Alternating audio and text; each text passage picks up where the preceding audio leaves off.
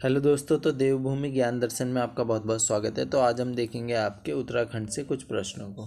ठीक है, तो चलिए स्टार्ट करते हैं। तो जो हमारा पहला प्रश्न है, भारतीय वन अनुसंधान कहाँ है? तो जैसा कि आप सभी को पता है, वह है देहरादून में है। ठीक है, सारे आपके आसान प्रश्न हैं, तो आपको सीधा सीधा जवाब दे देने हैं। तो देखो, फॉरेस्ट ट्रेनिंग स्कूल कहाँ है आपका भैया? वह भी आपका देहरादून में स्थित है। ऑप्शन नंबर सी सही हो जाएगा। ठीक है, फिर जो हमारा अगला प्रश्न है, वह है आपदा न्यूनीकरण वह प्रबंधन केंद्र कहाँ है? वह भी आपका देहरादून में। ऑप्शन नंबर सी सही हो जाएगा। बढ़ते हैं आगे की ओर। फिर जो हमारा अगला है, टरार अनुसंधान केंद्र कहाँ है? वह है आपका नैनीताल में, यानी इसमें भीमताल हमारा सही हो जाएगा। Option number B. अब बढ़ते हैं फिर आगे की ओर। फिर जो हमारा अगला प्रश्न है, गन्ना विकास संस्थान कहाँ है? तो वह है आपका उधम सिंह नगर के काशीपुर में। ऑप्शन नंबर सी इसमें हमारा सही हो जाएगा। फिर जो हमारा अगला प्रश्न है, कुमाऊं मंडल विकास निगम कहाँ है आपका? वह है नैनीताल में। ऑप्शन नंबर ए इसमें हमारा बिल्कुल सही हो जाएगा। बढ़ते हैं आगे की ओर। फिर जो हमारा अगला प्रश्न है, गढ़वाल मंडल विकास निगम किधर है? वह है आपका पौड़ी में। ऑप्शन नंबर बी इसमें हमारा सही हो जाएगा। फिर जो हमारा आठवां प्रश्न है, सूचना प्रौद्योगिकी पार्क है, तो वह है आपका देहरादून में पंतनगर में। ऑप्शन नंबर डी सही हो जाएगा। बढ़ते हैं आगे की ओर। जैव प्रौद्योगिकी पार्क है, तो वह कहाँ है भैया आपका? वह है पंतनगर में। ऑप्शन नंबर डी इसमें हमारा सही हो जाएगा। अब बढ़ते हैं फिर आगे की ओर।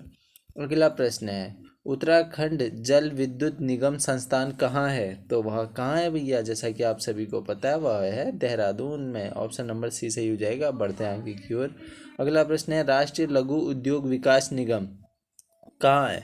तो वह है आपका उधम सिंह नगर में। ऑप्शन नंबर ए इसमें हमारा बिल्कुल सही हो जाएगा। Option number A. Option number A. ठीक है, अब बढ़ते हैं आगे की ओर। अगला प्रश्न है, राजकीय विधि कॉलेज कहाँ है? तो राजकीय विधि कॉलेज है आपका गोपेश्वर, यानी गोपेश्वर चमोली में। अब बढ़ते हैं आगे की ओर। अगला प्रश्न है, तरुण कुमाऊं समाचार पत्र। तो तरुण कुमाऊं समाचार पत्र, जैसा कि आप सभी को पता है, लैंसडाउन से निकलता था। 1922-23 की बात होती है।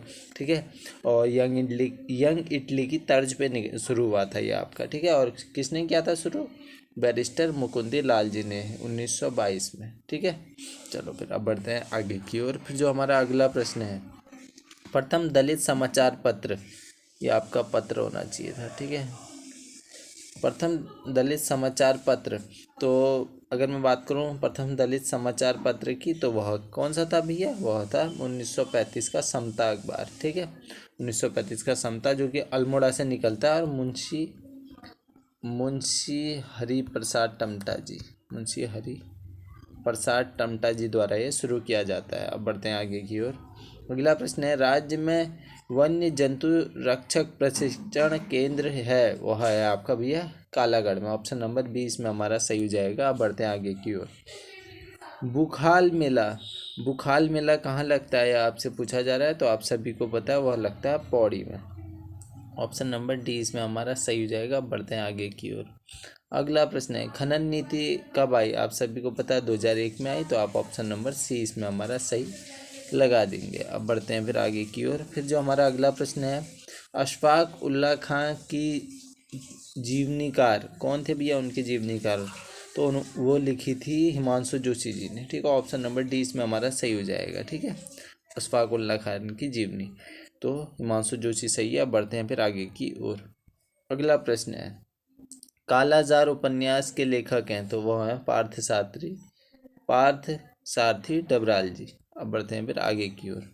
अगला प्रश्न है, उत्तराखंड में बुरास को संरक्षण कब मिला था भैया? आप सभी को पता है, एक वन अधिनियम आता है 1974 का, 1974 का वन अधिनियम आता है। इसके तहत ना, जो बुरांस है उसको एक संरक्षित वृक्ष घोषित किया जाता है। तो इसमें हमारा आंसर हो जाएगा ऑप्शन नंबर सी। बढ़ते हैं आगे की ओर।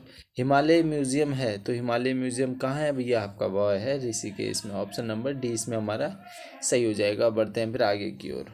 अगला प्रश्न है, देहरादून गजेटियर्स पुस्तक के लेखक हैं, तो वह हैं भैया कौन? प्रकाश थपलियाल जी। ऑप्शन नंबर ए इसमें हमारा सही हो जाएगा। बढ़ते हैं आगे की ओर।